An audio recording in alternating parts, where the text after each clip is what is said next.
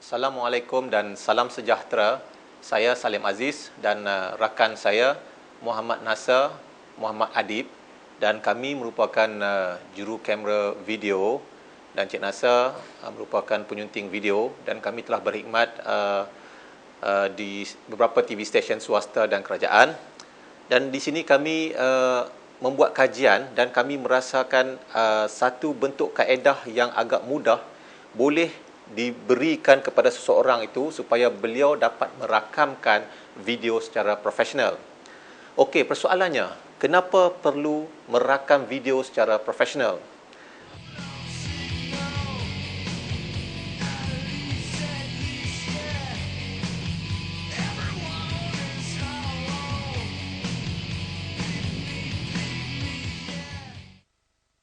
Okey, jadi pada kami, golongan sasaran kami kira sesiapa saja, tidak kira suri rumah tangga ataupun kepada mereka-mereka yang ingin mengetahui bagaimana proses-proses juru kamera profesional menjalankan tugas. Jadi setelah mereka melihat hasil yang kita lahirkan tu, jadi proses untuk mereka meminta kita supaya membuat lagi projek-projek yang seterusnya tu memang ada kalau kita mempunyai kemahiran dalam mengambil gambar secara profesional. Okey, sekarang ni kita menyentuh tentang kaedah pembelajaran. So setelah kami membuat kajian, kami merasakan terdapat tiga konsep yang penting yang perlu dipahami untuk menjadikan seorang itu dapat merakam video secara profesional.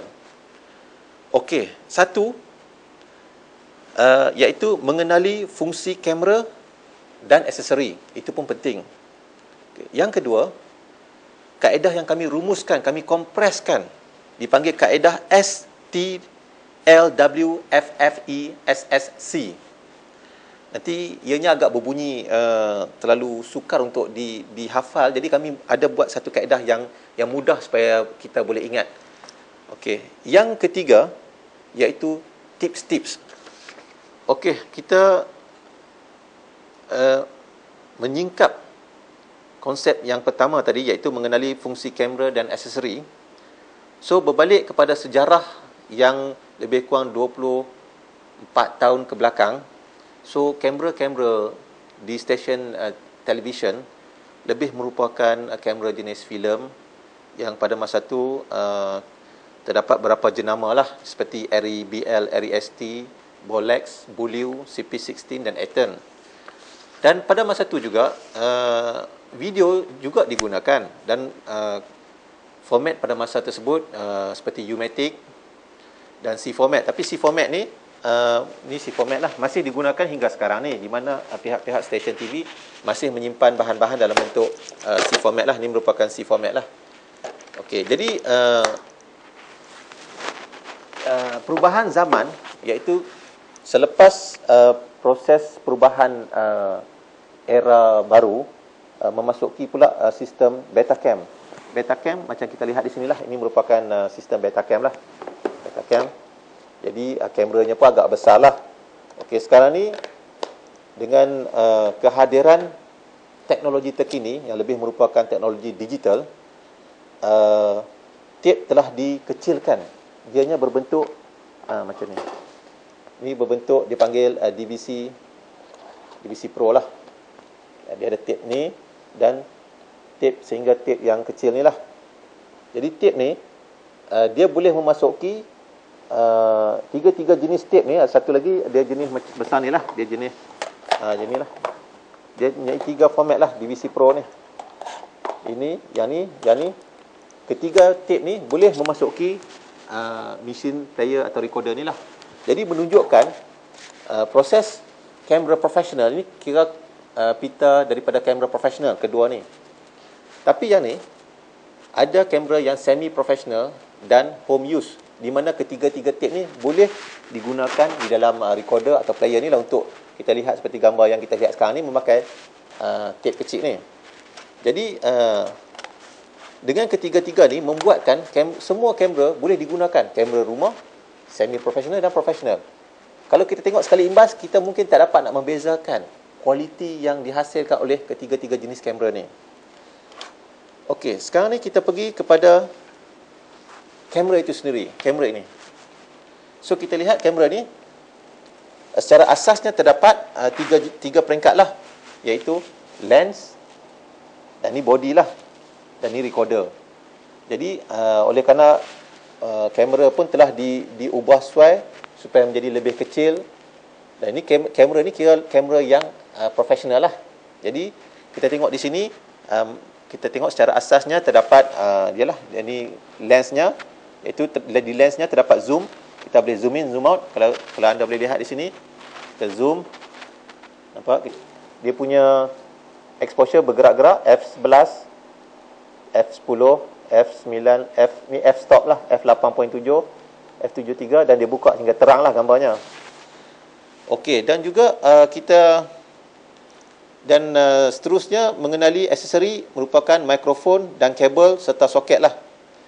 Mikrofon ni macam saya pakai di sini lah. Dia lebih merupakan ini dipanggil neck mic lah, neck mic. Jadi yang kita biasa tengok tu hand mic yang macam kita menyanyi karaoke tu lah. Itu merupakan ini hand mic lah. Jadi hand mic ni satu benda yang biasa kita tengok lah. Jadi kabel-kabel seperti kabel-kabel ni panggil XLR. XLR ni kita boleh masuk kamera dan kepada recorder, atau recorder kepada kamera, ataupun mikrofon kepada kamera. Semua ni kabel memainkan peranan penting. Dan juga kalau kita tengok di sini, sebagai juru kamera profesional, kita biasanya perlu menyimpan adapter yang berbentuk, ini dipanggil BNC kepada T BNC. Jadi kita boleh pecahkan kepada dua bahagian. Dan di sini kita tengok daripada RCA untuk memasuki BNC. Jadi kita ada adapter dia, jadi kita cuba masuk, pusing, dan kita boleh keluarkan output daripada RCA. Ini kira soket RCA lah, RCA. Jadi kalau kita tengok di sini, ini merupakan kabel yang biasa kita tengok lah untuk masuk dalam TV kita. Jadi ini dipanggil RCA.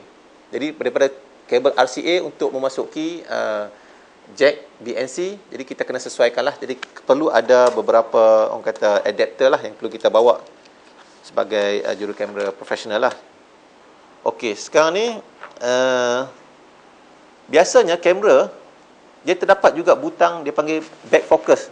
Tapi kamera jenis yang terbaru ni dia tak ada back focus. Jadi kalau kamera kita ada satu butang back focus, dari masa ke semasa apabila kita melakukan penggambaran, kita akan perasan satu-satu ketika tu kenapa bila kita zoom out, sebab cara kita nak mengambil gambar, kita perlu zoom in. Macam objek itu, besi itu, kita zoom in, kita fokus bagi sharp, jelas. Bila kita zoom out, gambar dia blur. Bila kita mendapati situasi yang macam ni, ianya mungkin berkemungkinan besar merupakan back focus kita dah lari. Maksudnya dalam komponen dalam tu mungkin perlu di-adjust balik. Jadi caranya kita pusingkan butang back focus tu, kita fokus bagi tajam, dan kita zoom out, dan kita pusingkan gelang back focus tu sehingga kita rasa sharp macam ni. Kita fokus balik, sharp tak? Kalau kita tengok sharp, kalau kita zoom out, sharp juga. So kita kuncikan back focus tu. Back focus tu dia lebih kurang macam skru. Kita pusingkan macam ni lah. So kita pastikan kita zoom sharp, dan kita zoom out sharp, dan kita kunci back focus lah. Okey, mengenai mikrofon pula. Mikrofon ni sebenarnya terdapat dua jenis yang biasalah digunakan, iaitu unilateral, di mana mikrofon ni ianya mempunyai satu hala. Contohnya macam gun mic yang dia orang pakai seperti buat drama tu, dia mempunyai satu hala. Maknanya kalau kita aim kepada mulut seseorang tu, dia akan pergi terus tangkap kepada seseorang tu. Jadi kesannya amat jelas lah. Iaitu dia akan pick up secara bilateral. Dia akan pick up secara, orang kata apa, secara, dia ada pattern-pattern lah, jenis-jenis